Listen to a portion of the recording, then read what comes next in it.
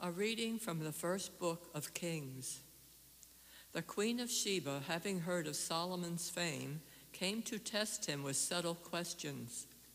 She arrived in Jerusalem with a very numerous retinue, and with camels bearing spices, a large amount of gold, and precious stones. She came to Solomon and questioned him on every subject in which she was interested. King Solomon explained everything she asked about, and there remained nothing hidden from him that he could not explain to her. When the Queen of Sheba witnessed Solomon's great wisdom, the palace he had built, the food at his table, the seating of his ministers, the attendance and garb of his waiters, his banquet service, and the burnt offerings he offered in the temple of the Lord, she was breathless. The report I heard in my country about your deeds and your wisdom is true, she told the king. Though I did not believe the report until I came and saw with my own eyes, I have discovered that they were not telling me the half. Your wisdom and prosperity surpassed the report I heard. Blessed are your men, blessed these servants of yours, who stand before you always and listen to your wisdom. Blessed be the Lord your God, whom it has pleased to place you on the throne of Israel. In his enduring love for Israel, the Lord has made you king to carry out judgment and justice. Then she gave the king 120 gold talents, a very large quantity of spices and precious stones. Never again did anyone bring such an abundance of spices as the Queen of Sheba gave to King Solomon. The word of the Lord.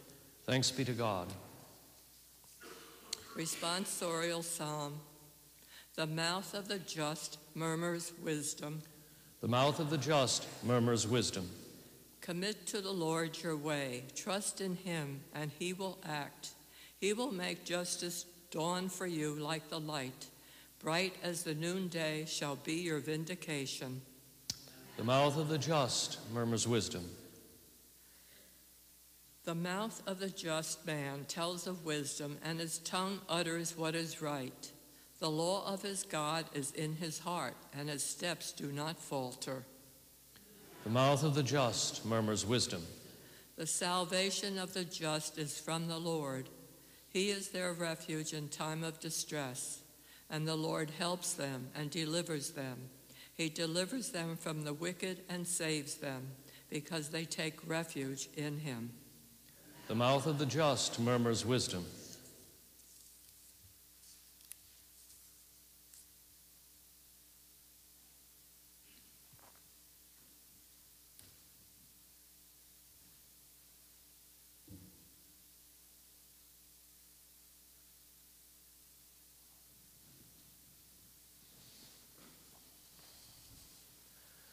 Alleluia, alleluia, alleluia, alleluia.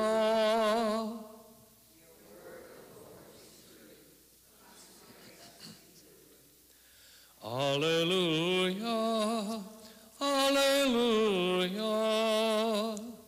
The Lord be with you. A reading from the Holy Gospel according to St. Mark. Jesus summoned the crowd again and said to them, "Hear me, all of you, and understand. Nothing that enters one from outside can defile that person, but the things that come out from within are what defile." When he got home away from the crowd, his disciples questioned him about the parable. He said to them, "Are even you likewise without understanding? Do you not realize that everything that goes into a person from outside cannot defile, since it enters not the heart but the stomach, and passes out into the latrine? Thus he declared all foods clean. But what comes out of the man, that is what defiles him. From within the man, from his heart, come evil thoughts, unchastity, theft, murder, adultery, greed, malice, deceit, licentiousness, envy, blasphemy, arrogance, folly. All these evils come from within, and they defile." The Gospel of the Lord.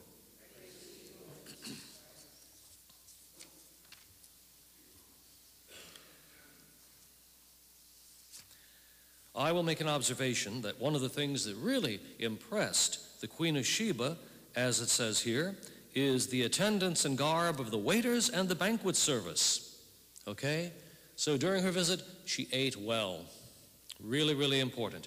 When he was still the papal legate to France, the future Pope John the 23rd was complimented on how wonderful a diplomat he was. And he said, well, let me tell you, the secret to being a good diplomat is having a good chef and a good wine cellar.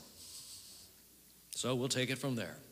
But the Queen of Sheba is impressed also with the wisdom of Solomon. This is a legendary kind of thing. He's got it all together. There's peace in the kingdom at this point. The temple has been built. He's got the reputation for wisdom because of the answer that he received to the prayer he made when he was so young, and God says, what would you like? Let me be wise, Lord, to rule your people properly. And with all of that and all of the prosperity that he has, he's an impressive figure.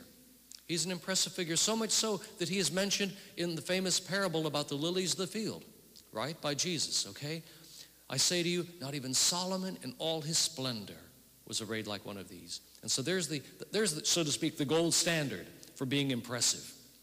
And yet, Jesus says something else in the gospel, not today's gospel, but in the gospel that is important for us. He says, the queen of the south, Queen of Sheba, she traveled from the ends of the earth to hear the wisdom of Solomon.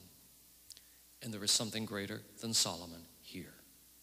So when we read about the magnificence and the prosperity and the peace and the glory and the wisdom of Solomon, we understand also that Jesus is actually greater than that, greater than Jonah, greater than Solomon, greater even than the temple.